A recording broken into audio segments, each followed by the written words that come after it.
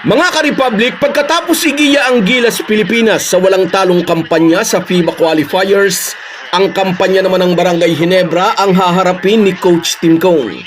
Kasama na sa official lineup ng Gin King si Troy Rosario, kaya natuldukan na rin ang paghahalusinate ni Homer Saison na sa kung anong himilay baka mapunta pa sa SMB o sa Magnolia ang free agent power forward. Childhood dream ko ito, pahayag ni Troy Rosario. Gusto raw niyang sa Ginebra na tapusin ang kanyang karir.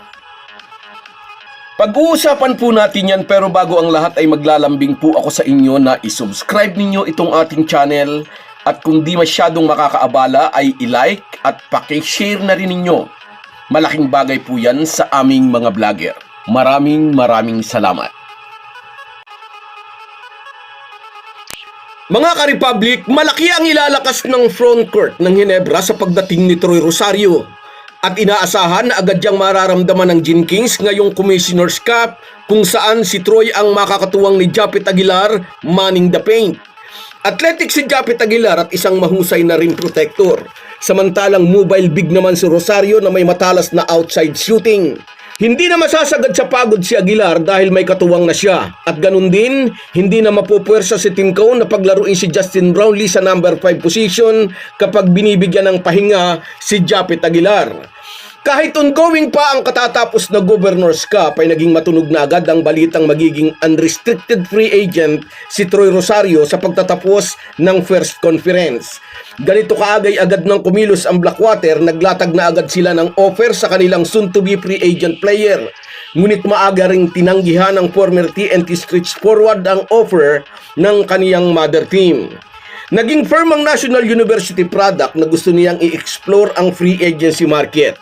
Nakita ng lahat ang kakayahan ni Troy nang tulungan niya ang Blackwater sa katatapos na Governor's Cup.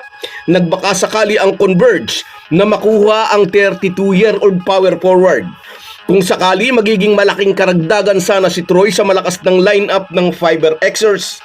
Alam naman nating lahat may ambisyon ang Converge na gulatin ng PBA ngayong upcoming Commissioner's Cup. Ngunit hindi nasilaw sa malaking offer si Rosario. Ang TNT naman, nakagagaling lang sa isang matagumpay na championship run sa Governor's Cup, ay nagtry din na pabalikin ang dati nilang player na tinulungan silang manalo ng championship noong 2021.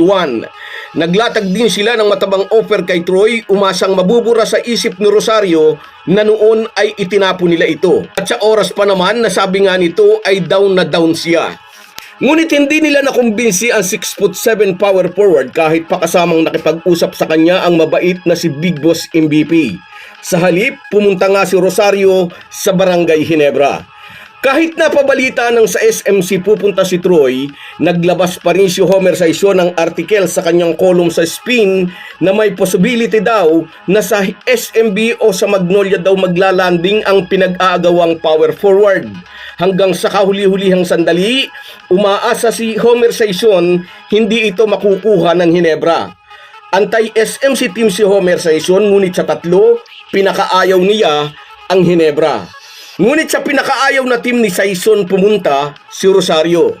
Ngayong inilabas na ng Ginebra ang kanilang official lineup ngayong Commissioner's Cup at official na ngang nasa lineup ng Gin King si Troy Rosario, maaari nang i-reveal ang tunay na dahilan bakit pinili ni Troy ang Gin Kings. Ikinuwento ni Troy kahit noong nasa TNT pa siya, kapag nakakakuha raw siya ng mga libreng ticket sa PBA Games, ang buo raw niyang pamilya pati na ang pamilya ng kanyang misis ay puro maka-Ginebra. Sa magkabilang pamilya ay siya lang daw ang TNT. TNT siya noon kasi nga doon siya nakakontrata. Ngunit lumalabas, wala doon ang kanyang puso. Nasa Ginebra pala. Mula pagkabata ay idolo na raw niya ang Barangay Ginebra. Alam daw iyon ni Scottie Thompson. Amateur days pa lang daw nila ni Thompson ay alam na nitong siya ay isang Ginebra fan at nangangarap siyang makapaglaro para sa Gin Kings. At nitong huli nga, nag-post si Troy ng Dream Do Come True kasama ang litrato niyang nakikipagkamay kay Al Francis Chua. Tila sa handshake na ito na selyuhan ang 3-year contract ni Troy sa paborito niyang team.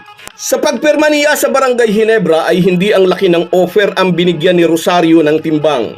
Mas pinili niya kung ano ang bulong ng kanyang puso. At least pag mayroon na ulit siyang free PBA tickets, masaya na siyang maglalaro dahil kakampay na niya ang buo niyang pamilya. Hindi tulad noon na nasa TNT siya pero nag-cheaters naman ang kanyang mga tiyuhin para sa Gin Kings. Malaki ang maitutulong ng 6'7" power forward sa kampanya ng Barangay Ginebra at inaasahan na magagamit siya ng husto ni Coach Tim Cone. Matapos kapusin sa Governor's Cup Final, sinikap talaga ni Al Francis Chua na makuha si Troy Rosario. At minsan pa, ngayon ay sinasabi ng anti-SMC Teams columnist na si Homer Saison, pinatunayan daw ni Al Francis Chua ang convincing power nito. Dahil nang tanungin ni Saison si Rosario kung sino ang nakakumbinsin talaga sa kanya na pumirma sa Ginebra kahit mas mababa ang offer ng Gin Kings, walang gatol na sinabi ni Troy, si Boss Al. Kaya naman muhing-muhi kay Al Francis Chua ang mga Ginebra haters. Walang binatbat kay Boss Al ang ibang team manager sa PBA. So guys, yan lang muna. Hanggang sa muli.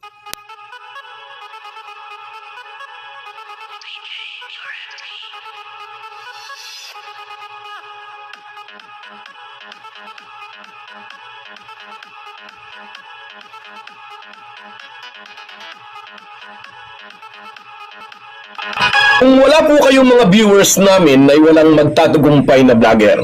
Kaya salamat po sa inyong panunood. Shoutout sa iyo, Cecilia Guibara. Salamat sa panunood, salamat sa suporta, kabayan. Sa iyo rin shoutout, Rosel Repe. Shoutout sa iyo, salamat din sa iyong suporta. Sa iyo rin shoutout, Louis Fernandez. Yes, congrats sa Gilas team natin. Sa iyo rin shoutout, Romeo Conchada. Shoutout sa iyo, idol. Salamat na andyan ka. Sa iyo rin shoutout, Rosemary Juan at sa iyo Via. Happy watching sa inyong maglola. Sa iyo rin shoutout, Sara Rivera. Shoutout sa iyo. Salamat, idol. Sa iyo rin shoutout, Emily Olivares mula dyan sa Saudi.